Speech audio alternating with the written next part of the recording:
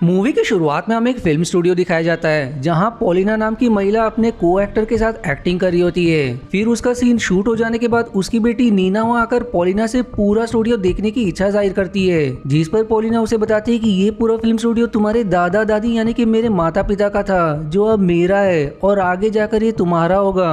जिसके बाद वो नीना को स्टेज 1 वाले हॉल के बाहर ले जाकर बताती है कि किस तरह वो इस स्टूडियो में पहली बार आई और कैसे यहाँ आने के बाद से उसकी जिंदगी पूरी तरह से बदल गई। अब इसी के साथ ये मूवी पॉलिना के पास की ओर मुड़ जाती है जहां वो अपनी आंट वेरवेरा के साथ रहा करती थी। दरअसल वेरवेरा उसकी माँ की बहन होती है जिसने पॉलिना के माता पिता की मृत्यु के बाद ही उसे अपने घर पर रख लिया था। यहाँ पॉलिना के बैकग्राउंड के जरिए हमें पता चलता है कि उसे अपने माता पिता का चेहरा तक याद नहीं था क्योंकि वो जब बहुत छोटी थी तभी उसके माता पिता की मृत्यु हो गई थी। वहीं अपने माता पिता के बारे में कोई सवाल पूछने पर वेरवेरा उसे कोई जवाब नहीं देती और यहाँ हम देख पाते हैं कि वेरवेरा ने पॉलिना को एक अलग कमरा दे रखा था। फिर पॉलिना के कमरे में उसका कजन नेम डिलियन आकर उसे एक लकड़ी का बॉक्स देता है जो देकर वहां से चला जाता है। अब बॉक्स को खोलने पर पॉलिना को एक फिल्म स्टूडियो की डॉक्यूमेंट्स और एक फटी हुई तस्वीर मिलती है, यानी कि उस तस्वीर का कुछ हिस्सा गायब था। पॉलिना नोटिस करती है कि वो तस्वीर एक आदमी की है जिसे देखकर उसे लगता है कि शायद वो आदमी उसके पिता है या ये भी हो सकता है कि वो कोई और शख्स हो। पर अब पॉलिना इसी उलझन में होती है कि आखिर वो तस्वीर वाला आदमी कौन है, पर उसका दिल कह रहा था कि वो उसके पिता ही है, इसलिए अब वो फैसला करती कि वो इस तस्वीर वाले शख्स के बारे में पता करके ही रहेगी। पर तभी आंट वेरवेरा उसके कमरे में आकर उससे पूछती कि आखिर तुम्हें ये बॉक्स कहाँ से मिला, जिस पर पॉलिना झूठ कहती कि जब वो डिलियन के कमरे में गई थी तो वहाँ ये बॉक्स रखा हुआ था, जो जानकर फिर वेरवेरा डिलियन को गुस्से में आवाज लगाकर उस कमरे में बुलाती है, जिस पर फिर डिलियन वहाँ आकर उस लकड़ी के बॉक्स को आग में फेंक कर वेरवेरा के साथ वहाँ से चला जाता है। वहीं वेरवेरा जाते समय पॉलिना के कमरे को लॉक कर देती है ताकि पॉलिना उस कमरे से बाहर ना आ सके। अब उनके जाते ही पॉलिना उस बॉक्स को आग में से निकालकर उसके अंदर की तस्वीर और डॉक्यूमेंट्स को अपने पास सुरक्षित रख लेती है। दूसरी तरफ एंटन नाम के एक शख्स को जेल से रिहा कर दिया जाता है जो कोई और नहीं बल्कि पॉलिना के पिता ही होते हैं। दरअसल वेरवेरा ने पॉलिना से झूठ कहा था कि उसके पिता भी अब मर चुके हैं, जबकि सच्चाई ये थी कि उसकी माँ तो मर गई थी लेकिन पिता को पुलिस वालों ने जेल में डाल दिया था।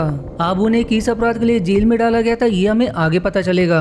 उधर अब पॉलिना एक पिन की मदद से अपने कमरे के लॉक को खोलकर वेरवेरा के घर से भाग निकलती है, जबकि रात के समय वेरवेरा और डिलियन पॉलिना के जन्मदिन केक में जहर मिलाकर उसे केक देने आते हैं क्योंकि अगले ही दिन पॉलिना का जन्मदिन है। लेकिन पॉलिना वहां से भाग चुकी थी, जिस बात का पता चलते ही वेरवेरा का माथा सनक जाता है। अब अगले दिन हम पॉलिना को फिल्म स्टूडियो में देखते हैं जहाँ उसे बहुत से बच्चे दिखाई देते हैं और वो उनमें घुल मिलकर स्टूडियो को एक्सप्लोर करने लगती है, जबकि इस तरफ घर में वेरवेरा को पॉलिना के कमरे में स्टूडियो का जला हुआ कागज मिलता है जो देखकर वो समझ जाती है कि पॉलिना स्टूडियो में ही गई होगी, इसलिए वो एडवर्ड और डिलियन को स्टूडियो बेचकर पॉलिना को वापस लाने के लिए कहती है। अब उनके जाते ही वो स्टूडियो के केयर टेकर जिसका नाम सोल है उसे कॉल करके बताती कि पॉलिना इस समय स्टूडियो में है, इसलिए उसे जल्द से जल्द ढूंढकर मेरे पास लाओ। इसलिए अब सोल भी पॉलिना के तलाश में लग जाता है। वहीं पॉलिना कुछ बच्चों का प्ले देख रही होती है, पर उसी समय सोल वहां कर उसे पकड़ने की कोशिश करता है, लेकिन पॉलिना वहां से भागकर बाहर निकल जाती है। पर उसकी मुसीबत अभी खत्म नहीं हुई थी क्योंकि बाहर आते ही डिलियन उसके पीछे पड़ जाता है। अब यहाँ हम देख पाते हैं कि डिलियन का एक पैर खराब है, इसलिए वो लड़खड़ाते हुए पॉलिना की तरफ बढ़ने लगता है, जिस पर फिर पॉलिना वहाँ से भागकर स्टेज 1 वाले हॉल में प्रवेश कर जाती है। अब उस हॉल में पॉलिना को एक आदमी का साया नजर आता है जो उससे बताता है कि मैं स्क्रीन के इस तरफ हूँ जबकि तुम दूसरी तरफ, और यदि तुम अपने माता पिता के बारे में जानना चाहती हो तो उस तस्वीर के बाकी टुकड़ों को ढूंढो जो तस्वीर तुमने अपने पास रखा है। अब यहाँ उस साई की बातों से हम समझ पाते हैं कि वो आत्माओं की दुनिया में है, इसलिए उसने पॉलिना से कहा कि तुम स्क्रीन की दूसरी तरफ हो, यानी कि पॉलिना इंसानी दुनिया में है जबकि वो आदमी मुर्दों की दुनिया में है। फिर पॉलिना उस साई की बात मानकर तस्वीर के बाकी टुकड़ों को ढूंढने के लिए निकल पड़ती है। जहाँ स्टेज 1 वाले हॉल के पीछे के दरवाजे से बाहर निकलने पर उसे युद्ध का मंजर नजर आता है, जहाँ फिर थोड़ी देर पहले उसे एक गाड़ी के अंदर शाशा नाम का लड़का मिलता है जिसे आर्मी के कुछ सोल्जर्स पकड़कर अपने साथ ले जाते हैं और उन सोल्जर्स को देखकर पॉलिना छिप जाती है, जिस कारण वो उसे नहीं पकड़ पाते।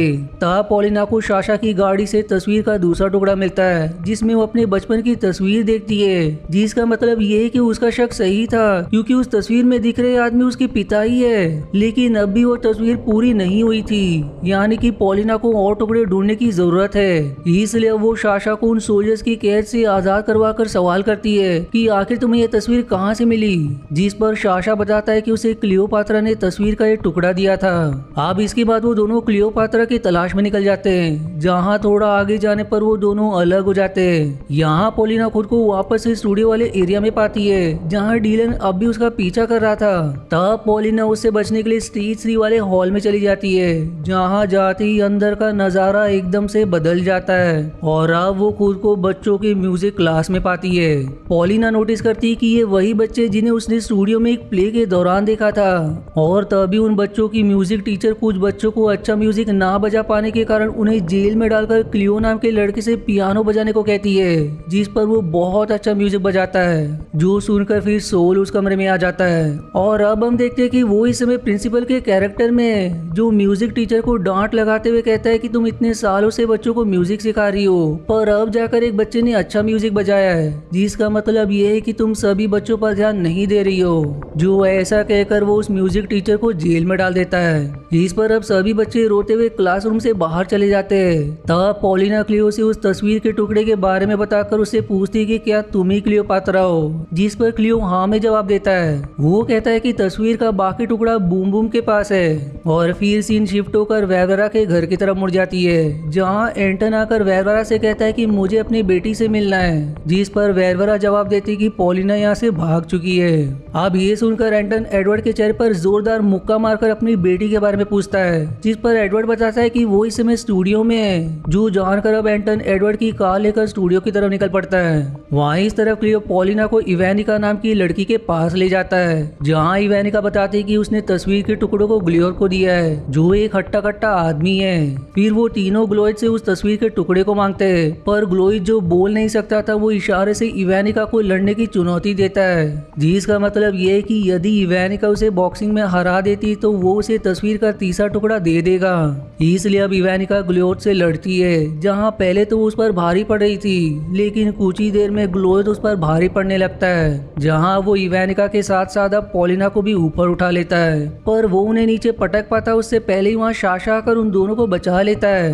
फिर इवेनिका एक जोरदार पंच मारकर ग्लोइड को धाराशायी कर देती है और इस तरह उन्हें तस्वीर का तीसरा टुकड़ा भी मिल जाता है, जिसमें पॉलिना की तस्वीर थी। पर अभी उस तस्वीर का एक टुकड़ा गायब था और तभी ग्लोइड रोने लगता है, जो देखकर सभी बच्चे उसे हॉस्पिटल ले जाते हैं, क्योंकि वो इवेनिका के पंच की वजह से बुरी तरह से घायल हो गया था।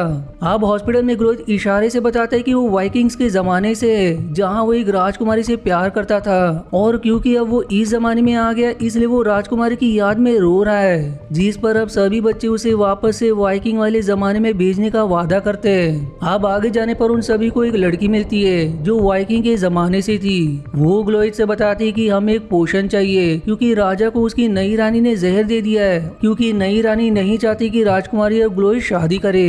इसलिए अब वो सभी पोशन के तलाश में स्टेज 7 वाले हॉल में जाते हैं, जहाँ एक साइंटिस्ट अलग अलग तरह का पोशन बना रहा था। अब उसके पोशन को पीकर साशा एक मेंढक बन जाता है, जो देखकर क्लियो कहता है कि मैं इसे ठीक करने के लिए नया पोशन बना सकता हूँ। और अब ऐसा कहकर वो एक यूनिवर्सल पोशन बनाता है, यानी ये ऐसा पोशन है जो सभी चीजों को ठीक कर सकता है। फिर क्लियो उस पोशन को मेंढक पर डालता है, जिससे साशा वापस से ठीक हो जाता है। वहीं वो साइंटिस्ट पॉलिना की तस्वीर को एक लिक्विड में डालकर बाहर निकालता है, जिसकी ऐसा करते ही वो तस्वीर पूरी हो जाती है। और अब हम देख पाते हैं कि उस तस्वीर में एक और बच्चा है, जिसका मतलब ये है कि पॉलिना का एक छोटा भाई भी है, जिसके बारे में उसे आज तक नहीं पता चल पाया। अब वो साइंटिस्ट उन बच्चों को पोषण देकर वहां से जाने को कहता है, पर उस हॉल से बाहर आने पर पॉलिना खुद को अकेला पाती है, जहां डिलियन फिर से उसके पीछे पड़ जाता है। इसलिए वो डिलियन से बचकर भागते हुए एक जंगल में जा पहुंचती है, जहां उसे एक दरवाजा नजर आता है, जिसे खोलकर वो उसके अंदर प्रवेश कर जाती है। और अब पॉलिना के अंदर जाते ही वो दरवाजा गायब हो जाता है। अब आगे पॉलिना खुद को वाइकिंग्स के जमाने में पाती है, जहाँ रानी और उसका प्रेमी ग्लोइड को अपने सैनिकों से पकड़वा कर उसे एक जगह बांध देते हैं, जबकि बाकी बच्चों को दूसरी जगह कैद करके रखा गया था। वहाँ साशा पॉलिना से बताता है कि तुम्हें ग्लोइड को आजाद करवाना होगा, क्योंकि वो ही ड्रैगर को हरा सकता है। जिस पर अब पॉलिना सवाल करती है कि आखिर ड्रैगर कौन है, जिसकी जवाब में साशा कहता है कि ये तुम्हें बहुत जल्द पता चल जाएगा। तब पॉलिना ग्लोइड को आजाद करके राजकुमारी और ग्लोइड के साथ राजा के पास जाती है, जहाँ पोषण की मदद से वो लोग राजा को ठीक कर देते हैं। दूसरी तरफ अब जब रानी का प्रेमी जो राजा की गद्दी पर बैठा था वो राजा और ग्लोइड को देखकर अपना जादुई हॉर्न बजाने लगता है। जीस के ऐसा करते ही वहाँ ड्रेगर नाम का योद्धा आ जाता है। जीस से लड़ने के लिए ग्लोइड बाकी बचा हुआ पोशन पीकर और भी ज्यादा शक्तिशाली हो जाता है। जिसके बाद अब उन दोनों में घमासान लड़ाई होती है, जहाँ ड्रैगर हारते हुए दिखाई देता है। लेकिन रानी का प्रेमी अपने हॉर्न को फिर से बजाकर ड्रैगर को वापस से शक्तिशाली बना देता है। तब इवैनिका रानी के प्रेमी को जोरदार पंच मारकर उसका हॉर्न गिरा देती है। जिस मौके का फायदा उठाकर ग्लोइड ड्रैगन को खत्म कर देता है। वहीं पॉलिना के वजह से राजकुमारी और ग्लोइड भी एक साथ आ चुके थे, इसलिए अब राजकुमारी पॉलिना और क्लियो को एक महिला के पास ले जाती है, जो उसी तस्वीर वाली महिला थी, यानी कि वो महिला पॉलिना की माँ है। आप पॉलिना की माँ बताती कि क्लियो तुम्हारा भाई है, जो मेरे साथ एक आग में जलकर मारा गया, लेकिन ईश्वर ने उसे दूसरा मौका दिया है, यानी कि वो स्क्रीन की दूसरी तरफ जा सकता है, इसलिए तुम अपने भाई के साथ इंसानी दुनिया में चली जाओ। अब उसके ऐसा कहते ही पॉलिना और क्लियो खुद को स्टेज पर पाते हैं, जहां ऑडियंस में बाकी लोग भी बैठे थे। और तभी वहां एंटन आकर अपनी बेटी पॉलिना से मिलता है, पर उसके पीछे से वेरवरा पुलिस के साथ आ जाती है। वेरवरा दावा करती है कि एंटन ने कई साल पहले स्टूडियो में आग लगा दी थी, जिस आग में उसकी पत्नी और छोटा बेटा मारे गए, इसलिए वो पुलिस को उसे गिरफ्तार करने को कहती है। इसलिए पुलिस जैसे ही एंटन को पकड़ती है, वैसे ही उस आदमी का साया वहाँ प्रकट हो जाता है, जिसने पॉलिना से तस्वीर के टुकड़े ढूंढने को कहा था। वो साया उन सभी को आग लगाने वाले दिन का दृश्य दिखाता है, जहाँ हम देख पाते कि वेरवरा ने ही डिलियन के जरिए उस स्टूडियो में आग लगवाई थी, ताकि एंटन अपने परिवार के साथ मारा जाए, जिससे वेरवरा उसकी जायदाद की मालकिन बन जाए। लेकिन उस आग में एंटन और पॉलिना बच गए, इसलिए उसने धोखे से एंटन को जेल करवा दिया और खुद पॉलिना की कस्टडी अपने हाथ में लेकर उसकी जायदाद की मालकिन बन गई।